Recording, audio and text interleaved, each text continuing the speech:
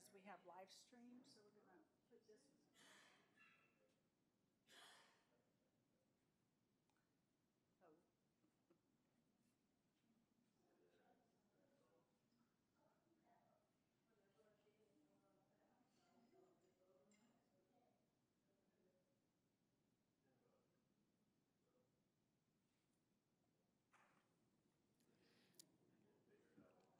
Test.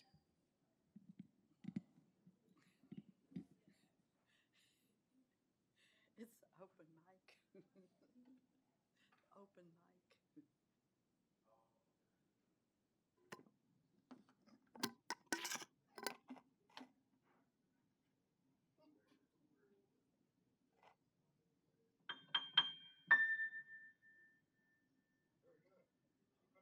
Do you hear it?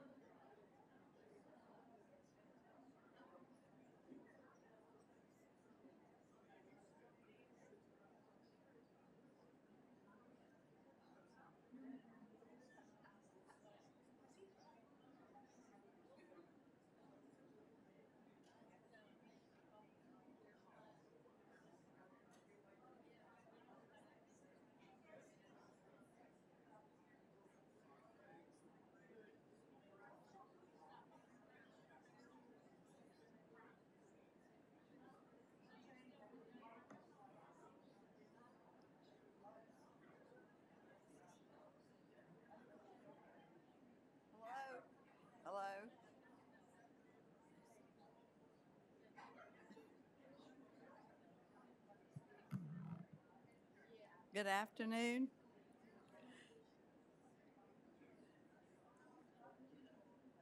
What's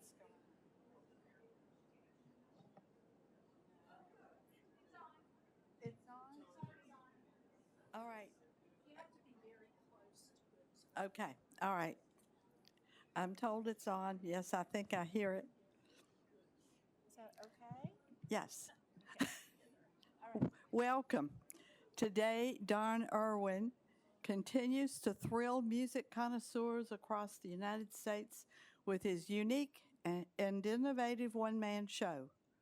And we have a full house because we know Irwin's passionate show stopping musical prowess creates an atmosphere that is both warm and invigorating, leaving audiences spellbound and overjoyed. While playing, the artist communicates the sentiments of his heart and soul, touching the spirit of the listener and causing them to experience an array of emotions. Few musicians are able to make such a connection. Frankly, when I close my eyes and listen to him, it sounds to me like there's more than one person playing the piano, all at one time.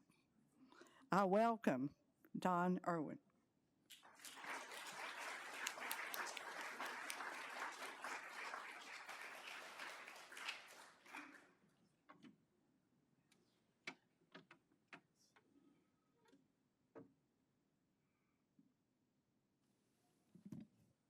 It's great to be here today. I was wondering, it's such a beautiful day outside. I thought, I wonder if anyone would come to a piano concert, but I'm glad you came. And I, 2 days ago, I was having lunch in Buenos Aires, Argentina, and I flew in to Atlanta a couple of days ago, and I flew home to Austin, Texas, and then yesterday flew from Austin, Texas to Atlanta to here. And everything went very smooth until I got to the Richmond airport and wanted to rent a car. And they said, oh, it's going to be like 2 hours before we have cars. And I had a concert, so it made me a little nervous. But I did make it to the concert last night. I played in Williamsburg at the place called The Landing there. And they are some of my favorite people, but you're actually my favorite people. So, and I love hearing, because you don't hear it outside of Virginia, but the accent of when ladies talk in Virginia. And you can tell the ones that are actually from here and grew up here. And it's a beautiful lilt to their talking. So I'm going to start, and I love going to, I've been in Argentina a lot this summer. And on Sunday afternoons, you go to a place called San Telmo, and they have a huge market where they block off all the streets, and so it's all pedestrian. And at every intersection, they have a tango band, and they have dancers doing the tango out in the street, and some of them are so good. And I'm going to take you to Argentina for a few minutes, and I'll just start with the song. I've never started with this song before, but Don't Cry for Me, Argentina. So.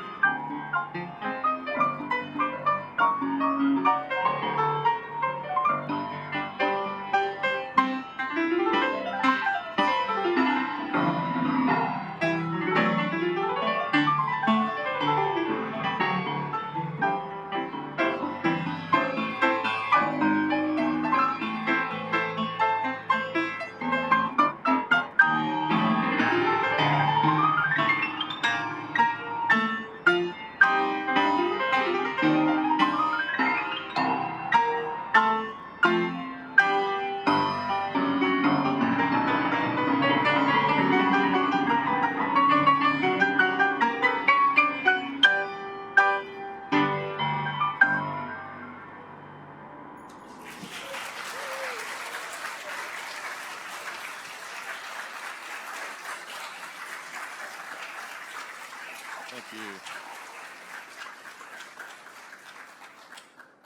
Well, I stayed Latin for a few minutes there. Well, I love all that music, and uh, I had a request when I walked in. I don't like to be redundant on stories I tell, but I oftentimes tell about growing up and playing the piano. And I grew up in Austin, Texas, and there at the Capitol we lived what later they tore down those small homes. My father was going to the University of Texas at the time, and they built the LBJ Library where I grew up the first few years of my life. And we lived very close to the what was called the Austin Coliseum, and that's where all the big concerts took place. And so my brother and I would get on our bicycles on Friday after school and sometimes Saturdays, and we would ride to the Coliseum. We would hide our bicycles under the bushes and sneak in the back doors of the Austin Coliseum. We never had a ticket, and so we ended up seeing a lot of different concerts. But this one concert, I had heard her music on the radio some, but it was Karen and Richard Carpenter. And I'll never forget hearing them, and I didn't realize how they would come back around in my life a few times. And years later, I was asked to do the TV show called QVC. Anybody ever heard of that? Well, I was on QVC, but there were three musicians together, and the first one was Richard Carpenter selling Karen Carpenter's music, and then I did my part, and then a lady named Amy Grant came on after me.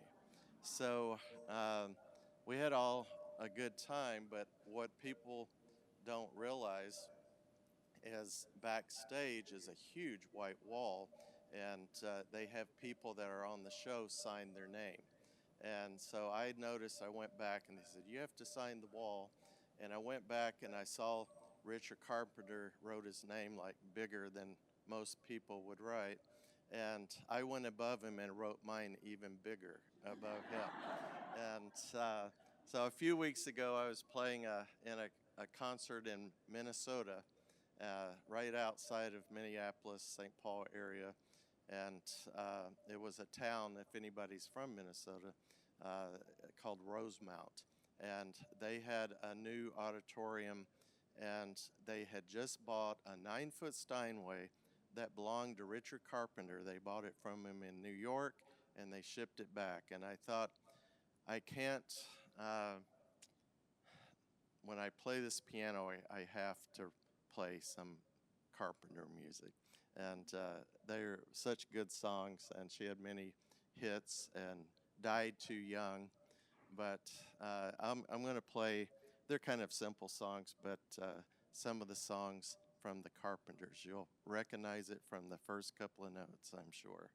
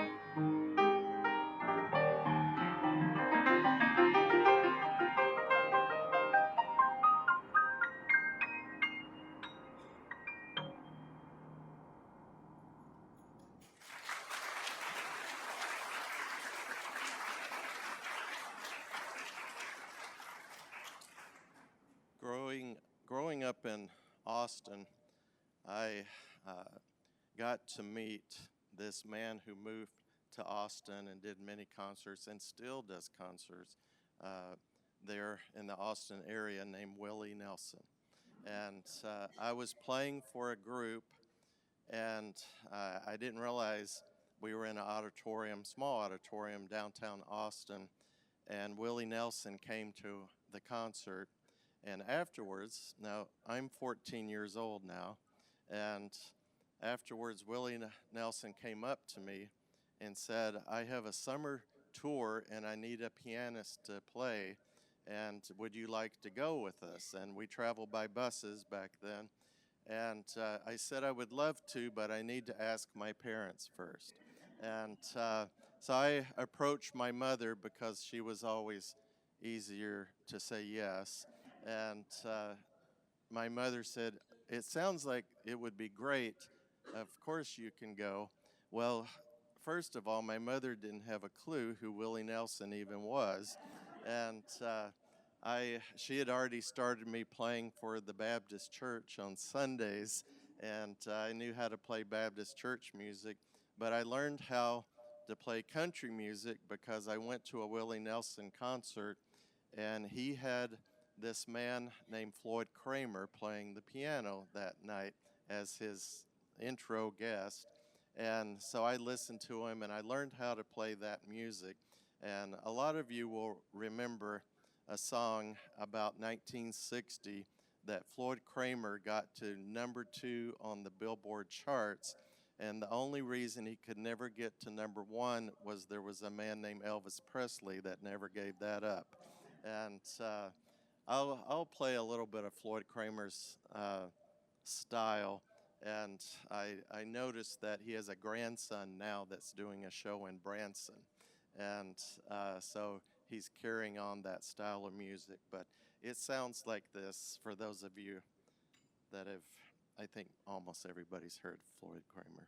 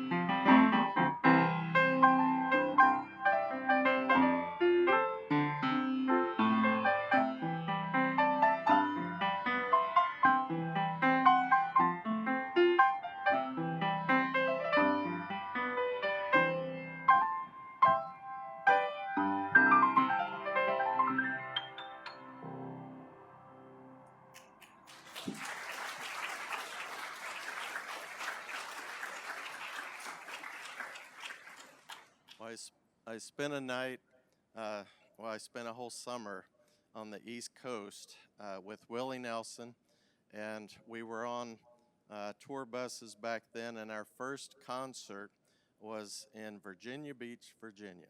And I remember being in Virginia there, and we were close to the water where they parked the buses, and we would spend the night on the buses, but there would be a newspaper man came on, and there were sofas in the front of the bus, and Willie was sitting there, and this newspaper reporter asked Willie, what's your favorite song you've ever written? Because he wrote a lot of songs. And he said, you know, I wrote this song and I was getting ready to record it, but I heard this young lady from Virginia sing my song, and I knew I had to give it to her, that I would not sound better than she would sound. And her name was Patsy Cline. And Patsy Cline, she sang this Willie Nelson song called Crazy. And when you hear that song, you just hear Patsy Cline's voice as you're hearing it. But I'll play a little bit of it. It's such a good song.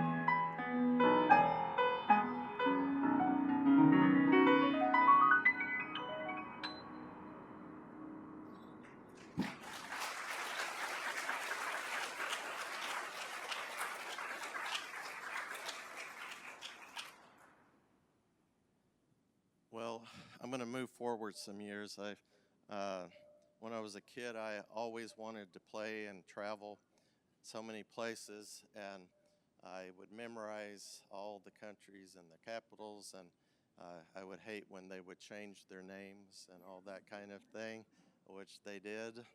But I've been able to play in about 65 countries since I was about 14 years old, and I took a trip when I was 16 and played in 20 countries in Europe, went all over the place. And I was in Europe at 16 by myself. And your parents, well, you would never let your kids do that nowadays when they're 16, but also nowadays you don't even let your parents go for that without chaperones.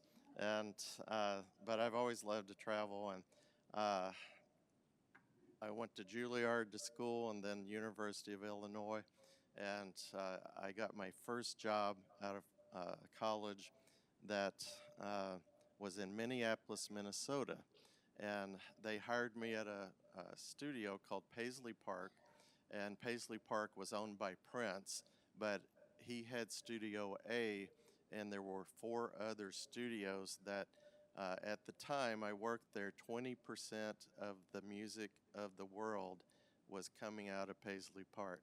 And all the famous people would come and record there and make videos and stuff there.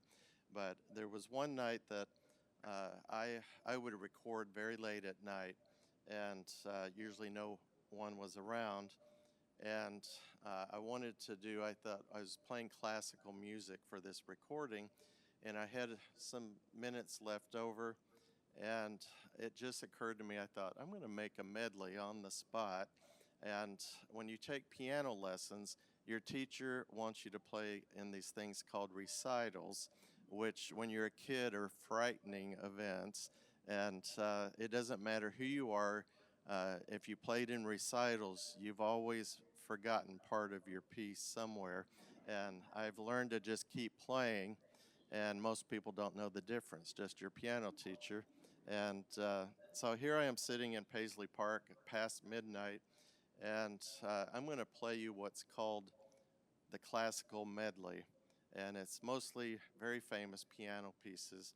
And the classical medley is every recital piece that I've played in my whole life, all put together